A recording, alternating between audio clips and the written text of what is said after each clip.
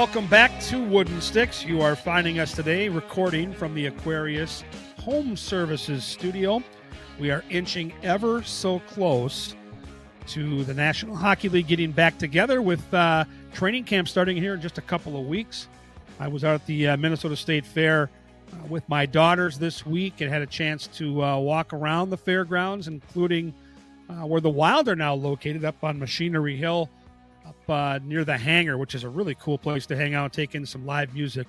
Tip of the hat to my main man, Billy Johnson from Burnsville, who plays there on a regular basis. But you walk by the area the Wild have secured at the State Fair. They play back some of their off-season broadcasts, and part of those broadcasts are, include Bill Guerin. And so I was watching an interview with the general manager. I know he's on my list of things to do here between now and when camp gets started for our show, and I'm working on that as we speak. But it was fun to hear and see Billy. In fact, when I went over and did some radio on KFAN with Paul Allen, I took the first hour. Bill Guerin took a good chunk of the second hour, so our paths crossed. And between Aaron Sickman and Bill Guerin, and having that brief conversation in between our two stints on the radio, it got that fire stoked a little bit more for the start of the hockey season. And it's exciting. It's a fun time of year to think about and to talk National Hockey League. And here on Wooden Sticks, we try to spread it all around when it comes to the type of guests we have. And today's guest is not like a lot of the guests we have, because we have a lot of people on that are at the end of their career, retired, well beyond their careers, 40s, 50s, 60s, even 70-year-olds. We had Lou Nanne on to start the whole process at the beginning of this journey, and he's that 80-year-old guy that still acts like he's 30, because he's just a complete machine when it comes to working the game of hockey and the game of life. Louis that guy. But today we're going to have on somebody more on the front end of their journey, and she's still done a bunch of stuff in broadcasting to get where she is. Her name is Katie Florio, and Katie will be the rinkside reporter and host for the Washington Capitals this year on the radio side. And she's worked with a couple of teams in the American Hockey League. And we have a mutual friend because Katie went to college at Clemson. And Devin Reagan, for the last 3 years, has just been crushing it on the digital side for the Minnesota Wild. And her and I have been travel buddies and been friends. And, Devin has moved on to cover golf. The Korn Ferry Tour gobbled her up. When you have that much talent, that's going to happen. I kind of feel the same way about Katie Florio. Katie has been working most recently in Colorado, in Loveland, with the Colorado Eagles, and did some work as well for Altitude with the Avalanche. And so in a game late in the regular season last year, we had a chance to connect. We were introduced years ago by Bob Woods, because her dad and Bob are lifelong friends. So we've got a ton of connections to work through. And once you hear Katie, you'll know why she's just such a lovable, talented, bright star rising in this business. I mean, she is just so engaging, and you'll feel her passion for what she's doing throughout our conversation today. And then we'll get a little window into some of the big stories that she might be covering, specifically around Alex Ovechkin, who's got a chance to be the all-time goal-scoring leader in the National Hockey League. It might happen this year. He's got, I think, 42 goals that he needs to net, and so I don't know if he'll get there. And again, at his age, will he stay healthy? And if he has to come back for another year beyond this year, is that something that's possible? I know he's motivated to do it. I know the Wild played the Caps middle of the year and towards the end of the year, so wouldn't that be a fun story if that ended up percolating throughout the journey this season with the Caps when they play the Wild in, I believe, late March. So it's going to be a fun conversation. We're going to hear about her journey. We're going to talk a little Clemson football. They've got a huge game this weekend with number 1 Georgia. And just Katie's awesome. Trust me when I say this. And I think you're going to enjoy where the conversation takes us today. And that'll happen here after a quick moment or two. Want to get to my friend John Schweitz. He's been a rock of support this last week. My dad has had some health issues. It's been very challenging. And John has worked for many, many years with the Minnesota Masonic Home in Bloomington. That might be an option for my dad, Kenny, here down the road. But I want to thank John and his crew for being sponsors of our show here on Wooden Sticks. And, the Minnesota Masonic Cancer Center, the Children's Hospital at the U of M, those are just a few examples of some of the great work they do here in Minnesota. They're part of the largest fraternal organization in the world. And, Masons have consistently answered that call when it comes to charitable needs. So, John Schweitz and the Minnesota Masonic Charities are a big part of this show. I'm so proud of that. And I want to thank them right now for their continued support throughout this year here on this new venture that is Wooden Sticks. And if you want to be a part of the show, Karen Clary is getting to the very end of her time. She is transitioning into, I believe, retirement. And our old friend Andrew Height, Whitey from the Minnesota Wild, will be taking over. So there's going to be some transition there, but still, Kate Cleary at talknorth.com. If you want to be a part of the show or have somebody that wants their business elevated, we are here to elevate, if nothing else. When we come back, a great conversation with Katie Florio, who now works for the Washington Capitals.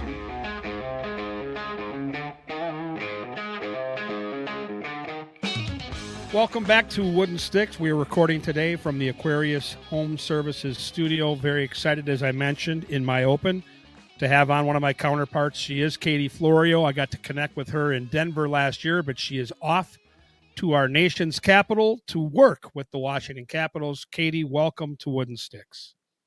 Thank you so much. I'm excited to be on. Like you mentioned, hockey's a small world, so it was great to finally connect with you at a game last year, and now I'm excited to be in the league full-time myself, and hopefully this means, the first of many times that we cross paths. It's going to be fun, and I don't know how settled you are right now moving, and it's a big move when you go from Colorado to DC. Have you found a cool place, and what are your initial thoughts of living in DC? Oh yes, very, very big change, that's for sure. I'm in the middle of all of it.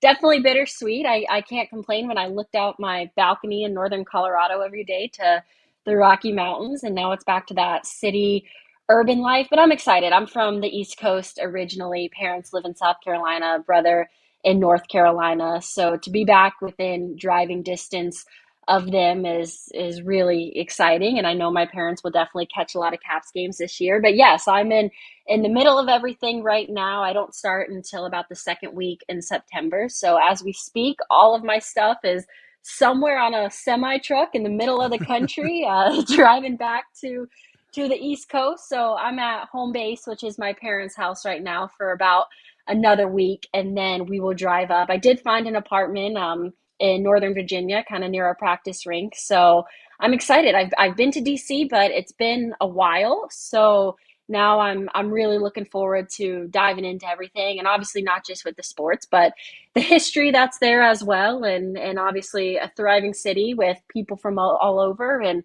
lots to do. So I'm looking forward to it. Well, it's a great walk-in city, and when you've worked the NHL beat like I have, this will be my 20th year with the Wild. We never rent a car because we're in and out of these towns in a day or two at the most, and so we really appreciate places like Washington D.C. because everything is walkable. All the great museums, the monuments, the Capitol, it's just all right there. Georgetown, it's all within a comfortable walk. The weather is usually pretty decent, so I think you're going to love those first few months of kind of settling in, especially that it's going to be fall on the East Coast. I mean, you're going to love just walking around and checking all the sites out. It's going to be outstanding. I'm excited. That's something that'll definitely be different, but that's me. I love the walking around, all the young people. I know it's a big, urban spot for finance and just a lot of young professionals, even some people I went to college with at Clemson University, which I know you said, well, we can dive into that later, but a big Clemson presence up there as well. Some people that I haven't talked to in 5, 6 years in the area. They were great giving recommendations and things like that. So overall, yes, I'm very excited. I think from an organizational standpoint, and then just from a life standpoint, and growing up on the East Coast, that this is a perfect team for me, and I'm just thrilled to get to work soon. Well, like me, you're going to be a host and a reporter, and you're going to be on the radio network, which means you're going to be on every single night, even if the Caps are on national TV. On On the television side, we get games kind of snapped away from us every year. In fact, the Wild, because we're the geography of the whole thing, we're in the middle of the country. We usually have 12 to 13 games taken by national TV. We don't like it. We want to work, and the more Right. games, the better. In radio, you're there every night. Do you like the host part of it, the reporter part of it? Which do you prefer, and which excites you with this new challenge?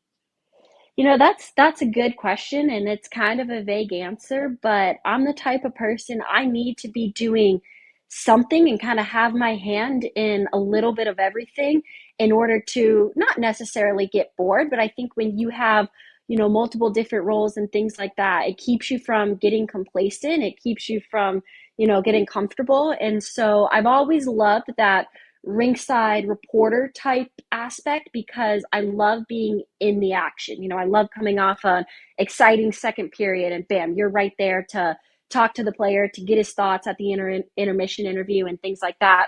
But at the same time, hosting is really a great way to kind of set up the story and the storytelling component of it. And so, like you mentioned, I'll kind of be doing all of that. I'll host the pre and post game show, the intermission shows, but then another large component of the job is also hosting their podcast called Caps This Morning. And to my understanding so far, that's going to be more of just like this, more of sit down chats with players, coaches, staff, personnel, and really kind of get to know them. And so that's something that I love as well, just because, coming from a hockey family, you understand, I understand that at the end of the day, these are human beings too. And so I think from a fan perspective, sometimes, and as much as I love it, you can only talk about the stats and the statistics and the numbers so often before it can become a little repetitive. And so I'm really looking forward to having that good balance between hosting on game night, but then kind of putting my reporter hat back on and really getting to dive into the stories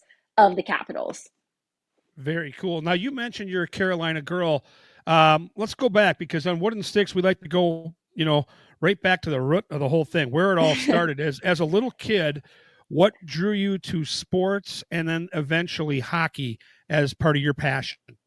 Oh yeah, well let's see. Do you have 6 hours? No, I'm kidding. I'll try to break this down as quickly and concisely as possible. So it all sounds cliche, but it really all starts with my dad. He was a former professional hockey player drafted by the LA Kings, I believe in 1985, well before I was born. And then he was playing in the East Coast League for the Johnstown Chiefs at the time I was born. And then through about my first 7 to 10 years of life, he was coaching mainly in the East Coast League. And so, again, sounds cliche, but hockey specifically is really all I knew. I think by the time I was 7, we'd lived in 5 or 6 different states in the East Coast because of his job, because of coaching. And, you have people my age at 5 years old, my friends in my kindergarten class going to bed at 8:30 and I'm still at the rink until 11 p.m.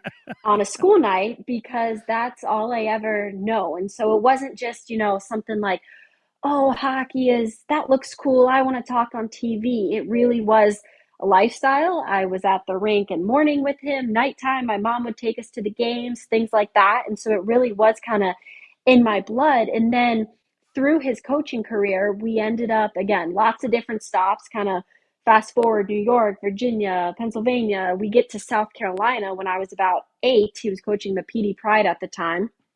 And that is where he ultimately got out of it. And so I like to say I'm from South Carolina because I went through all my schooling here. I think I started second grade here and went all the way. So kind of raised here. And so you get to the South and all of a sudden hockey isn't as prevalent anymore. So I still loved it. It was always in the back of my mind. We obviously watched it on TV pretty much every single night, but it also gave me a chance to kind of explore other sports here. And so, baseball, college football is like a religion down here. You have right in the thick of the ACC and the SEC. So that's what I did. I kind of, took a little break from hockey and sort of explored all my options, ended up going to Clemson University. And while all of this is going on, I always knew that I wanted to work in sports one way or another. I loved public speaking. I loved, again, like I just mentioned, that storytelling aspect. So there wasn't really ever oh, what am I going to do? Maybe I'll explore the medical field. Maybe I'll explore this. Like I always knew I wanted to be a sports reporter one way or another, whether it was working for a local station or a team. I wanted to get my foot in the door. So I ended up going to Clemson University. Had an amazing 3.5 years there. That was when they were at the height of college football, won the national championship my freshman and junior year, did a ton with baseball, basketball as well. And so kind of did everything but hockey. So after I graduated, I actually was in your neck of the woods for a year. My very first job was a post grad internship with the Minnesota Twins radio network. Lived with former Minnesota Wild assistant coach Bob Woods at the time. He and our family go way, way back. So him and his wife Mary Sue are like second parents to me. So once again, by this point, I'm working in baseball, but now I'm living with Bob. So I'm going to the Twins office by day, going to the Wild games at night. So back in hockey. So did a few years in pro baseball until I finally decided, you know what, I've kind of explored everything, but I do think hockey's my niche. I just feel the most home at it, the camaraderie, the people we know. I mean, as you know, it's so much more about what happens on the ice. It's such a tight knit, small community.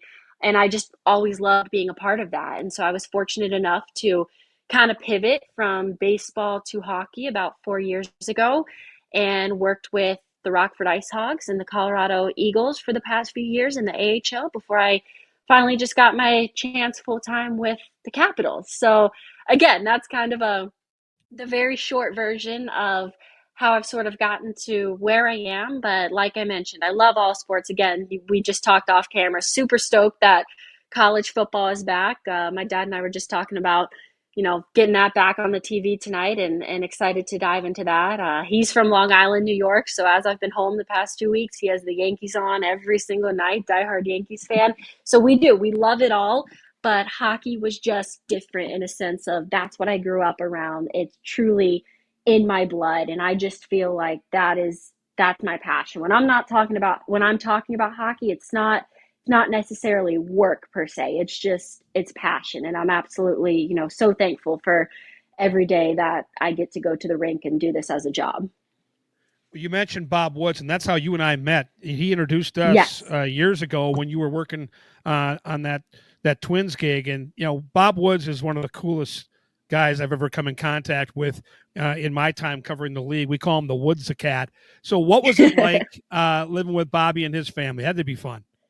Oh, it was amazing. And we just actually, my dad and I here, like I said, I'm at home right now. We just got off the phone with him. Bob is a wonderful man, and I know I mentioned with my dad the Johnstown Chiefs. That was Johnstown, Pennsylvania. I was born there in 1997, and about 2 years before that, my dad got traded there, and he actually just retold me the story this week of when he gets there, he knew nothing about Johnstown, was like, where the heck am I at? And I think he and Bob at the time were two of the only single guys. So the GM or owner, whoever said, all right, you two are living together, go find a place. So he's like, okay. And it's funny because my dad is this like outspoken Italian New Yorker, and Bob, as you know, is just this Western Canadian, Saskatchewan born, mild mannered, so quiet. I mean, they couldn't be any more opposite personality, but they got along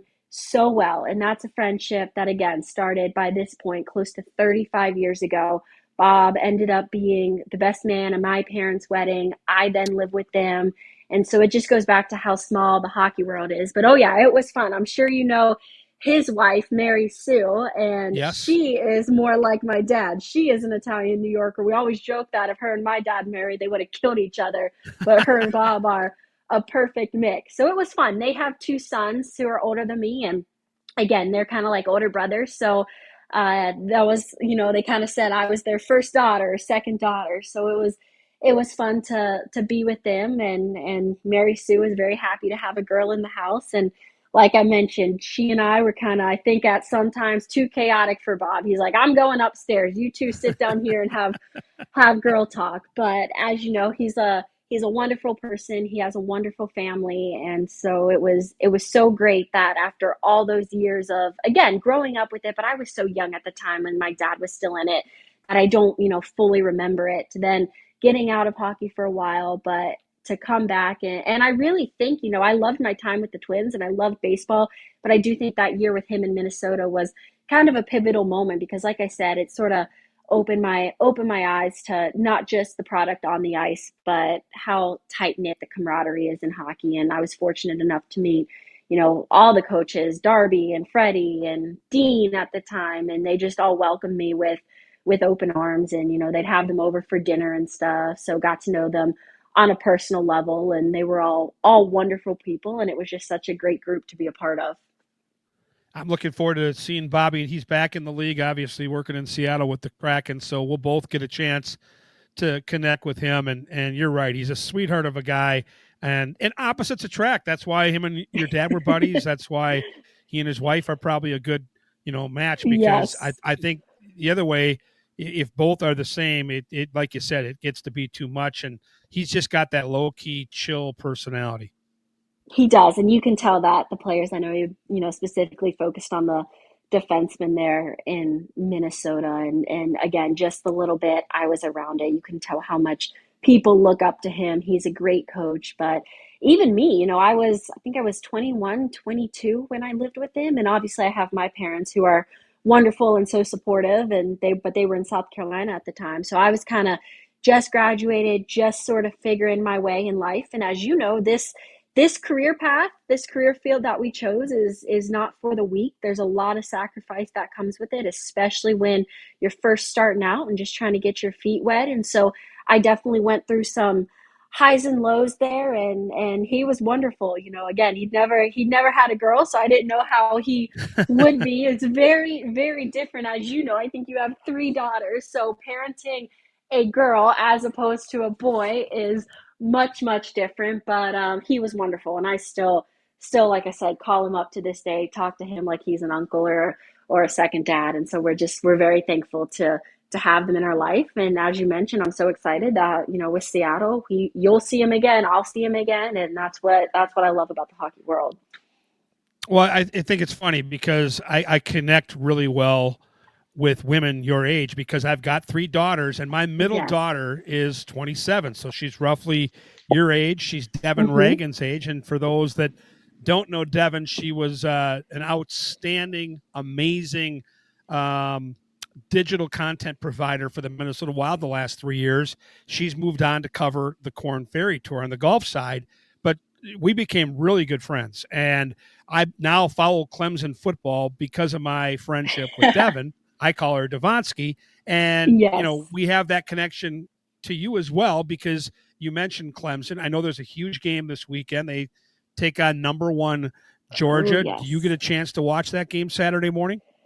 I do. I'm very, very excited for that. I'll still be home. Can't move into my apartment in DC yet. So that was number one when I came home. My mom and dad were already talking about that. We are very excited to watch it. With the way the hockey season lines up, I don't think I'll have a chance to make it back to Clemson this fall, but it's about 3 hours from my parents' house, and my mom loves to call Clemson her happy place. Again, my parents are from the Northeast, like I mentioned. My dad, Long Island, my mom, Pittsburgh. So she went to Pitt, so fellow ACC person. But I just feel like, again, college sports, specifically college football. I mean, we're in South Carolina. Our closest pro team is, big pro team, I guess, is not even in the state. It would be the Carolina Panthers in Charlotte. And so when we moved here, right away, neighbors, friends, whatever, ask, "Oh, well, are you Clemson or are you Carolina?" And we were like, "Oh, what are you talking about?" And they're like, "Oh, you have to choose one or the other." So we're like, "Okay." So we went to games at both places, University of South Carolina and Columbia, and then Clemson, and automatically just fell in love with the Clemson atmosphere and everything about it. And so I was lucky enough to get accepted there. I kind of knew right away, okay, well, this is where I want to go. It has a not just a great education, but obviously great athletic program to kind of do what I wanted to do as well. So, oh yes, we're thrilled that it's back. I was very, very grateful for the opportunities I got there. Again, when you're 19 years old covering a national championship on the sideline, that really, there's not many bigger moments than that. So to be thrown into the sports media world from such a large scale at such a young age. I really think that helped me kind of down the line with my career, no matter the sport that I was covering. So take me through your college time game day routine. If you weren't working, if you were going to take in a Clemson football game as a fan, and you're 19, 20, whatever years old, and you're spending the day getting ready to watch the game and then going to the game, what was your game day routine? Well, it's funny because I honestly don't even think I have just a student game day routine. I did not watch a game as a student in my 4 years there You until were working the my whole time? senior year. I was working the whole time. One Ah, thing I kind of like about Clemson is it almost challenged me. Like I said, I knew I wanted to be a sports reporter. I knew what I wanted to do. I thought that I needed to major in broadcast journalism to do what I wanted to do. And oddly enough, Clemson was the only school I was kind of looking at. I was mainly sticking southeast, Clemson, South Carolina, Florida, Georgia, and Clemson was the only one that did not have broadcast journalism. So I went on all my tours. Florida was great. Georgia was great. I mean, they were all good schools. But again, it kind of sounds cheesy to maybe someone that's unfamiliar with Clemson. But after that Clemson tour, I just knew in my gut, this is where I wanted to go. And so I knew it would be a little bit more of a challenge. You had places like Georgia and Florida with these beautiful student run television stations and just opportunities for freshmen to get their foot in the door right away, where that wasn't really the case at Clemson unless you made it your case. And so I remember right after applied, I didn't even get accepted yet. I just Googled the Clemson athletic directory and started emailing any and everyone in their athletic directory, say introducing myself, saying I would hopefully be a student there in the fall. This is what I want to do. And I think I got one or two emails back. One from his name is Don Munson. He's still there, director of broadcasting, does play by play for the Clemson football network. I was lucky enough for he responded and he took a chance on this 18-year-old. And right away, my first week, freshman year, he brought me to Dabo Sweeney's press conference, and it was on a Tuesday. And I remember thinking, "Oh, thank you so much. This was great." And he was like, "No, no, no. Every Tuesday at 10 o'clock, you're going to meet me right here. We're going to go to Dabo's press conference, and then you're going to start slowly but surely start asking him questions and all critique questions and all that." And so we just grew from there. And so after a few months at his press conference, there was a website, the Clemson Insider, that kind of saw me just, keep who's this girl every week would come. And so they ended up hiring me as a part-time job. And from there I was off and running. And so my game day routine actually started with Friday nights. I interned at a local news station in the Greenville Spartanburg area. And I would cover Clemson or high school football, excuse me, running around helping the sports director with shot sheets, getting all those things ready. I'd get back to my dorm in Clemson at like 1 a.m. And then I'd wake up at 8 a.m. for the Clemson game, get dressed, go to the field about 3 hours before kickoff, kind of get ready with my notes, things like that. And then I would work for the website. So I would provide in-game updates on their Twitter. Then afterwards, I would write articles. That was kind of a writing-based job to get me started. So that was honestly my routine. If you're not doing all of that, I highly suggest as a normal fan, it's all about the tailgating there. There's one street, College Avenue, with a lot of good bars, and that's all fun and stuff too. But on a true Saturday morning, I mean, the fields there, the campuses are just filled with orange tent after tent after tent because those people sure know how to tailgate. So my parents love to come up for that. They have a group of friends that they tailgate with. So I tried to get that in. You got to be a student too. So I definitely think I maybe overworked myself a little bit, but at the end of the day, I think it all paid off to be where I am now. But it definitely was, an amazing atmosphere for tailgating and stuff like that as well. And the team was great. So you had all And the kinds team of was great great. avenues, to lead you to the success you've had already as a, I would call you a really young broadcaster. You've been places and done things. One of those places, we talked about it at the start of our conversation, and we are talking with Katie Florio. You can find her on X at Katie Florio. I suggest you watch her Hmm. reel. It is such a fun reel to watch, and I love that you have that right there for social media. But Colorado, where you got your start as far as Yes. professional hockey goes with the Eagles in the American Hockey League, how did you land the job, and what throughout that process kind of allowed you to flourish? Because clearly you've come a long way from day one to where you are now, back in the National Hockey League. Yes, definitely. Well, so I got to give a shout out to my very, very first stop in the professional hockey world was the Rockford Ice Hogs, the AHL Yes. affiliate of the Blackhawks, and I was there for 2 seasons. That was the job where I was in Pensacola, Florida, working in baseball.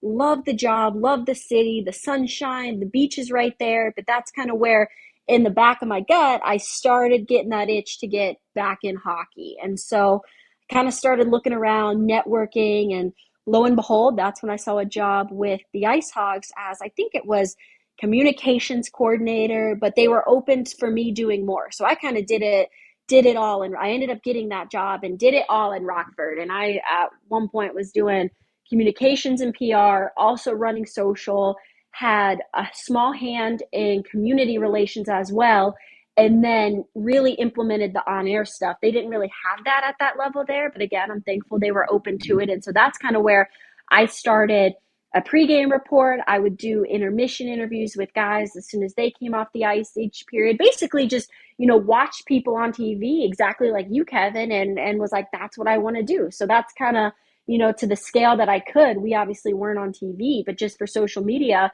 that's where I started to implement as much as those things as I possibly could. And so that was great. That was a great foundation. And I was there for 2 years and it was good. And then that's where kind of unexpectedly Colorado reached out about a year and a half ago when they'd seen my work in Rockford and kind of said the same thing. There's AHL teams don't necessarily have ringside reporters because you don't have, the resources and stuff like that for it. But some teams are slowly starting to implement that position. And Colorado was one where they saw my work. They never had that position, but they were interested in maybe bringing it on. And so kind of after talks and things like that, I never expected to jump NHL team or AHL teams, but it seemed like a good fit, career wise, salary wise, things like that. It was a jump that I was willing to take. And so yes, I got to Colorado, and by this point I'd done 2 years on air in the AHL. And so for me it was all about, kind of goes back to, I guess, what I had to learn at Clemson about creating those opportunities for yourself. And so that's exactly what I tried to do. You run that fine line of being persistent but not annoying. And so in Colorado, I was also handling all of their digital and social media, kind of like Devin at you guys at the Wild. I was doing all the behind the scenes social, but anytime I could add something on air, that's what I wanted to do. And so we slowly but surely built up, feature stories, pregame reports, the intermission interviews, post game interviews. And so it was really exciting to not only do that, but again, to kind of be the first person in that organization to sort of implement that role. And so as the season went on, it obviously was doing very well. And logistically, we call it the hockey highway there. The Colorado Eagles are based in Loveland, Colorado, which is only about a 50-minute drive to Ball Arena down in Denver, where the Avalanche are. And so luckily, because of the logistics and it being a close proximity to our, big brother, I was able to slowly but surely incorporate some NHL work as well. And so I'm really thankful for the people at the Avalanche and Altitude TV as well, who about mid-season kind of took notice and said, hey, we should do, some prospect reports. We talk so much about the Avalanche, but if anyone's going to be an expert on the prospects, it's you, Katie. You're there watching every single night. So that's what I started to do. I started to go on Avalanche or 2 Avalanche games on Altitude TV pregame shows, and that's where I met you, Kevin. That was one of the nights the Avs were playing the Yes. Wild, where I was on. It was right before playoffs, so that's what they had me come on. We came on to talk about some Eagles players who we might see down the stretch in playoffs with the Avalanche. And so that was such good exposure for me, because again, the AHL, I always say it's not just a development league for the players, but for staff and personnel as well. And so to just be in there every day, day in, day out, I obviously got the repetition, got the content that I needed. And like I said, you do so much in the minors. I'm going from making the silly TikToks one day to putting my reporter hat on and doing a serious interview the next day. And obviously the reporting aspect of it has always been the ultimate goal, and I'm lucky that that's where I've now gotten. But just able to, so thankful that I was able to wear so many hats and acquire so many skills in the AHL that, Avs took notice, got a little bit of time. It was obviously part-time, but got my time there, really was able to develop and get comfortable on live air, having that producer in your ear, things like that. And so that all helped me to now land this full-time job with the Capitals. So yeah, really excited about everything. So here we are. We're getting close to training camp. We've got, I don't know, a little over a month before the season starts for real. I think you guys open up against the Bruins on October 5th.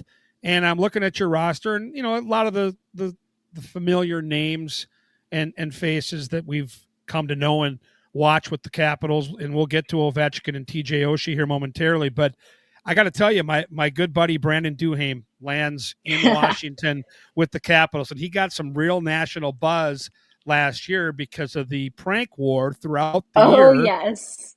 with the Hall of Famer that is Marc-Andre Fleury, and that carried over into Colorado because when the Wild were there late in the year, remember, he got moved at the deadline the day before the Wild were scheduled to play at Ball Arena against the Avalanche, and of course that whole epic back and forth between Duhaime and the Flower. But I got to tell you, that is a personality that I think you're a perfect match for because he gets it. He understands that we're here to entertain, and he's a fantastic kid. Well, I'm very much looking forward to officially meeting him, obviously through the connections with the Wild and Bob and you and Devin.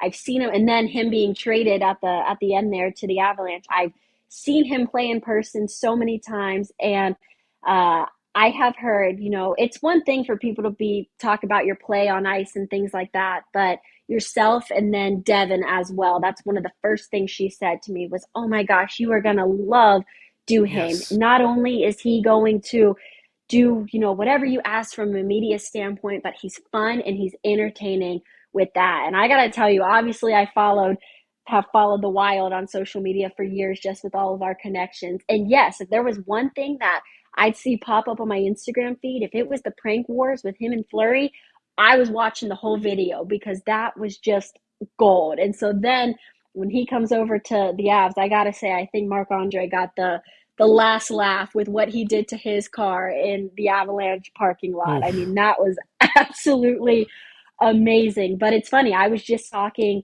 with John Walton, the play by play voice of the Capitals radio network, and we were just starting to brainstorm. Obviously, the Capitals made a lot of off-season moves this year that we are really excited for. I think it's going to, make for a better, faster, stronger, younger team. And, we can talk about all the hockey side of it another time. But that's one thing going back to the podcast that I'm going to host. John said, we got to maybe, with all these new faces, kind of feel out some guys that would be really good to do a large chunk of it. Who's our personality guys, things like that. And I'm excited because I think Duhaime will be spot on for that. And so I've heard nothing but great things about him from so many people. And so I'm really fortunate that I now get the chance to work with him. And who knows, maybe he'll find a new target on his new team to keep the fun and keep the pranks going. But very excited to get to see and meet him and work with him very soon. Yeah, he's a great guy. And speaking of really good dudes, you'll get to know TJ Oshie in your time with the Caps and remind him that I covered him back when he was still playing for Warroad in high school. I got to do his state tournament Wow. games back when he was a high school player. So we've done a bunch of stuff together, including during COVID. We did some looks back at North Dakota, Minnesota games in college. So remind TJ of our long-term friendship. And then, of course, you get to watch Alex Ovechkin, and he's on the precipice of a goal-scoring mark to go down in the history of National Hockey League Lors as the best ever. And I'm going to preface this by saying anybody who knows me knows I'm a Crosby guy, and you can't be both. But I absolutely respect the Great Eight, and my opinion of him changed dramatically, Katie, right after the Capitals won their Stanley Cup. And Hmm. he was kind of the ringleader of all the fun and games with the cup, and just how happy he and the team seemed with that. I don't know, it was weeks, maybe months of celebration once they won the cup. So I think he's evolved, and to a player that I just respected the heck out of on the ice, to a guy off the ice I didn't really know very well. But because of that cup run, I think it changed. And you're maybe going to see history in your time in Washington. That's got to excite you tremendously. Oh, absolutely. There's so many, good talking points and just excitement for the Capitals fans surrounding this year. Obviously, Ovechkin's goal chase being number one. It's also the 50th anniversary, so lots around that. But I'm thrilled as well. I haven't gotten the chance to meet him in person yet. Again, that's coming soon, but it kind of ties back into the small hockey world. Bob Woods was actually, I want to say it was 10, maybe 2011. At one point, I think Bob's first NHL team was the Washington Capitals. He was an assistant under Bruce Boudreau. Obviously, you guys in Minnesota know them very well there. And so it was the Winter Classic, the Penguins versus the Capitals. And my parents went out to dinner with Bob and Mary Sue. And I think Ovechkin walked into the same restaurant. And, he could have just said, "Hi, Bob," whatever, and sat down on with his dinner. But he came right over the table, chatted with Bob and Mary Sue. Bob obviously introduced him to my parents, and I think they ended up just sitting there together the rest of the night and having a few drinks and telling stories. And so it's exciting. He's the Great Eight for a reason. So many people idolize him, and rightfully so. But at the end of the day, he's just a human being as well. And so I'm so excited to kind of, not just cover this exciting run that he hopefully goes on. 2 more years in his contract. We'll see if he can get it done in one. I think it's 42 goals to break, but nonetheless, it's going to be an exciting year in Washington. But just getting the chance to sit down with him and pick his brain, not just about the X's and O's on the ice, but through his career and everything that he's been through. I mean, I was little watching games where I didn't even know the first thing about the X's and O's of hockey, and bam, that's one of the first names that I saw on my TV. And so for me to now have the chance to, in about a month, sit down and cover him and do one-on-one interviews myself, that's definitely a pinch me moment for me as well. But yes, the few people that I do know who know him off the ice have nothing but great things to say about him. And again, just a brain that I'm sure you could sit down and pick forever with the stories and the experience and everything that's come in his career. So very, very lucky. And I don't forget how fortunate I am to cover someone like him, and hope that, this record can be broken soon, and we can celebrate down in Washington. Yeah, I hope he gets off to a fast start. That'll be the key. Stay healthy, get off to a fast start. We see you guys in DC when the Wild come to town to ring in the new year, January the 2nd. I doubt he'll be sitting on 42 at that point, but you guys come to Minnesota late March, March 27th, so the tail end of the season. In Mm-hmm. my broadcast dreams, Flower gets the start. So it's Marc-Andre Fleury in goal. Ovechkin needs, let's just say one more goal to be the all-time goal leader in the history of the league. And Flower shuts him down that night, and we table that record for a date later in April. That would be spectacular fun and drama. But yeah, those are the two dates. January 2nd, we get to work together, and then March the 27th. Can't wait for that. You and me, Katie, we're going to rock the house as our host reporter Yes. skill set will be on display both in radio and TV. But now we've come to the end of the show, and it's time for the hat trick hot seat. 3 questions. We get to learn a little bit more about you away from the game of hockey. So, are you ready for the hot seat? Oh boy, I guess so. I don't have a choice. Let's hear it. All right, we need total honesty. So money doesn't matter. You get to go out and live it up for one big meal, whether it's with your friends or your family. It's Mm. free. Where are you having the dinner? How fancy will it be, and what will be your order in said meal? Well, I am, in case you couldn't tell, Florio, my last name, full blown Italian. I have had the chance to visit a few places in Europe. Just came off a trip to London earlier this year, but I hate to say that I am Italian, yet I have not been to Italy. That is the next country on the bucket list. And so I don't have a specific restaurant in mind, but I'm going somewhere on the coast of Italy, maybe overlooking the Amalfi Coast or something. And for about my entire life, someone asks me what my favorite meal is. It has always been chicken parm. I am a Yes. huge pasta lover. If I could have carbs for every meal, I could. Unfortunately, I can't, or the weight would start coming on. But I am just a sucker. At one point, my dad even dabbled, and I got to give him a shout out because he is an amazing, amazing chef. He does a little kind of catering side cooking business on the side solely because he loves it so much. And he's obviously full Italian, but he can make all kinds of things. But yes, you give me a good pasta meal with homemade. I did not know what jar sauce was until I went to college and had to start fending for myself and cooking myself, because that's about one of the only areas in life my parents spoiled me growing up, was about homemade quality meals every single night. And so Sunday nights in our house were always the pasta night. And so I definitely Oh, have to go chicken parmesan, the homemade pasta, the homemade sauce. Oh my gosh, my mouth's watering just thinking about it. that's a great answer. And if you're Italian, you need to get there. So to get that done, you're young, you got a bunch of time in front of you. All right, so now we're going to move to concerts. And a lot of times on this show, I'll ask about first concerts, but I interview people that are a lot older than you. So it's a lot more fun to hear from a 50 or 60-year-old about someone they saw in the 70s. So I'll ask you this question, and I'll preface it by saying I've got a list of 4 or 5 that I'd have to pare it down to, but one of my all-time favorite concerts was taking my 3 girls to see Taylor Swift at the XL Energy Center. This Aw. is probably 15 years ago, so my youngest Annika was probably 6 or 7. It was spectacular. So far, at the ripe old age of 27, Katie, but you still must have one that stands out. Your all-time favorite concert you attended. Who did you see?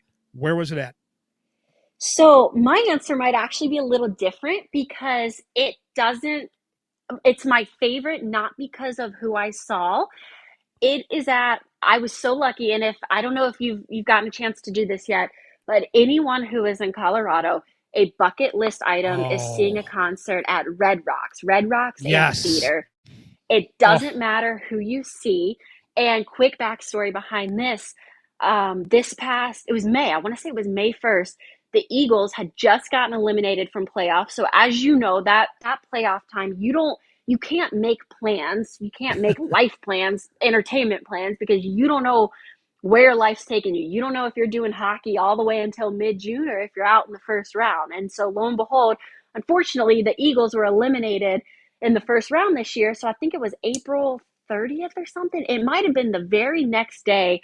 My best friend in Colorado, who is a pilot, we have very, very different careers. She texted me. I was kind of at work, you're kind of somber. Season just ended. You don't know what to do with yourself for the next 3 to 4 months.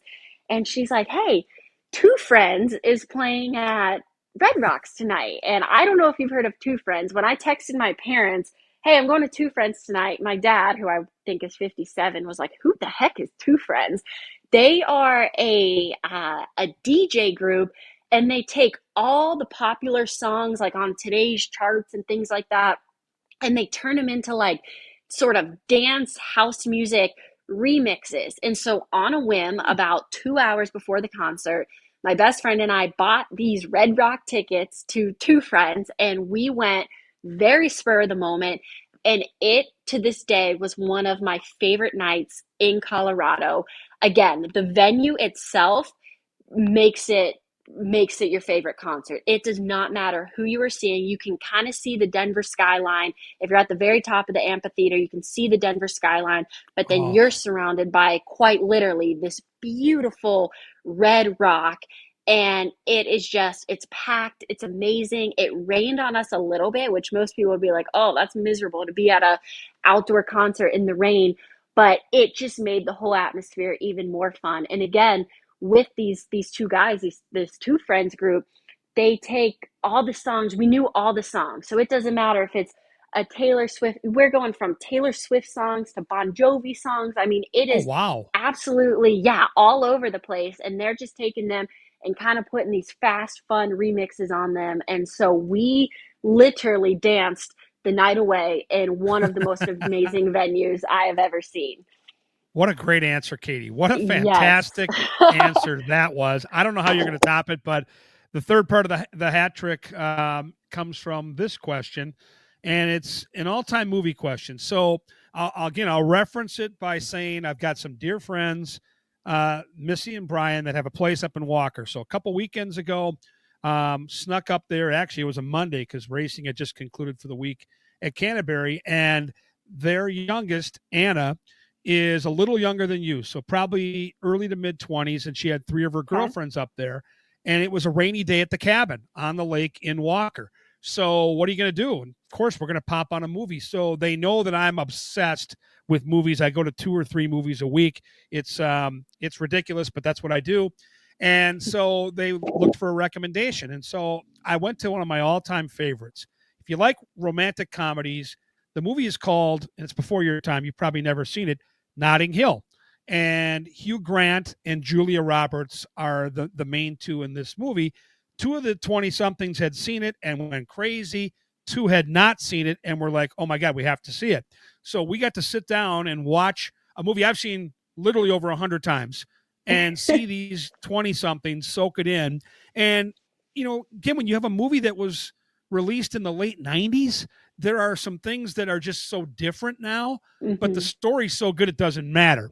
So I want a movie for you. It can be a rom-com, it can be a scary movie. I don't care. But if you're stuck somewhere where you were going to be outside, but now you're inside, the weather has moved you indoors, and you're going to watch one of your all-time favorite movies, what's it going to be?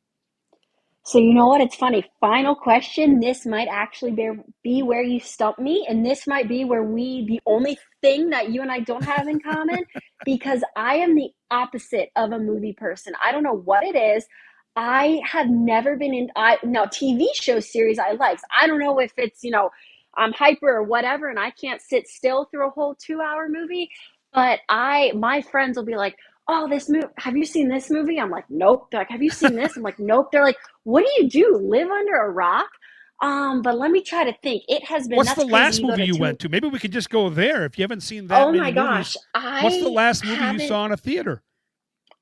You know what? This sounds horrible. I don't even think I've been to a theater since in like at least 5 years.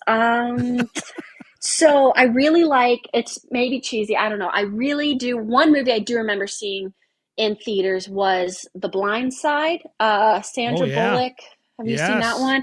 Oh, I Really, love that really movie. liked that one. Again, maybe that goes back to my southern. That I think that takes place in Hmm. Tennessee. They're big Ole Miss fans, things like that. So I think I liked that one as far as my college football roots. But no, I'm not. I just watched again, now that I'm home with my parents, my mom and I just watched a cheesy rom com on Netflix together. What was that called? I don't even remember what. Anyone But You. Anyone but you. Yes. Oh, When so you funny said how I say. cheesy rom com, I saw that twice in the theater to give you further Oh my details of what a loser goodness. I am at age 57. But that Twice. movie was so much fun. And again, I know the critics out there are going to rip into this and rip into that. I love that dude, man. I love that Powell dude. In fact, I just saw Yes, Glenn Twisters. Glenn Powell, I think. He's Yep, in Sydney fantastic. And I Sweeney. get that he's eye He candy for is. you ladies, and that's all well and good. Doesn't bother me. I think he's fantastic. And so his most recent movie is at the tail end of its run in the theater right now. It's called Twisters. It's a takeoff on another 90s movies called Twister. And it's Okay. good fun. Again, it's just good. I call the movie you sat down with your mom and watched uh, more of a popcorn movie, right? It's not a movie that critics are going to migrate to, but if you're looking for Right. 90 minutes or maybe 2 hours to kill, throw some popcorn in the microwave and have a good time. That's the movie, right? It's total That's cheese, exactly what it was. good fun though, and that's all we needed, and that completes the hat trick. And you're a rock star, so we're all good. And we've been yakking here for 45 minutes. It went by in a blink. Like you said, we could probably sit here, you and I, and carry this thing for 6 hours, but we Oh, won't do that to absolutely. the listeners because I don't think they want to come to a podcast for Yeah. 6 hours. But I want to thank you so much for taking the time. I am so excited to watch you flourish. You are a rising star in this business. I've had this conversation with you before, but you have the it factor, and I can't wait to hear you shine and see where this whole journey takes you. And I think this is just another step along the way. So congrats on the new gig, and thank you for being a part of the show here today. Well, thank you for having me. And like I said, thank you so much. I'll say real fast before we have to go back in Denver. When I introduced myself for the first time, you were in the middle of a game. You could have been like, hey, whatever, just kind of blown me off. But not only did you take the time to talk to me then, but obviously keep in touch. We connected on Twitter from there, and here we are now. So thank you to the good people like you in this business who pass along the wisdom, knowledge, things like that. And I really appreciate it. And now look forward to getting to work with you even more. You're going places, kid. I'm telling you that right now. I've seen people that fit this job, and you are one that is just gonna crush it. So I'm really excited for you. I really am. It's going to be fun that we get to work a couple games a year together in the same rink, and who knows where this journey will lead to. But that is Katie Florio. You can find her on X at Katie Florio. She'll be working in the National Hockey League for the Washington Capitals. I will be back after a quick break to put a bow on this edition of Wooden Sticks on the Talk North Podcast Network.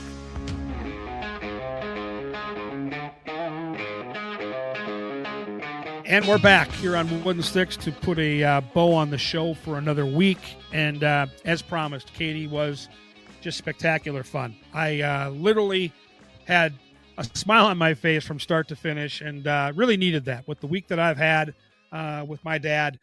She is just a beacon, isn't she? She's fun, and she's going to do great work. I'm really excited to see where this journey takes her.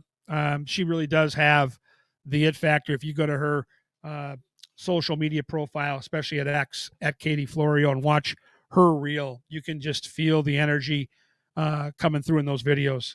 She is spectacular at what she does, and I think she's going places, and I'm really, really excited to see where her journey will take her, and looking forward to connecting a couple of times this season when the Wild take on her Washington Capitals. Looking forward to getting closer to the National Hockey League. We're going to have some fun guests lined up for you here in the coming weeks. Training camp starts in a little under 3 weeks for the Minnesota Wild, so we'll have some Wild content specifically as we get ready for that. If you have any recommendations or needs along the way, I am at Gorgamatic21 on X, at Gorgamatic21. Any requests you have, I will try to fill those needs here on the show, and we'll continue the great vibe as the fall turns to winter and we get real serious with our hockey here in Minnesota. Thanks again for listening to Wooden Sticks. Look forward to a great conversation again next week.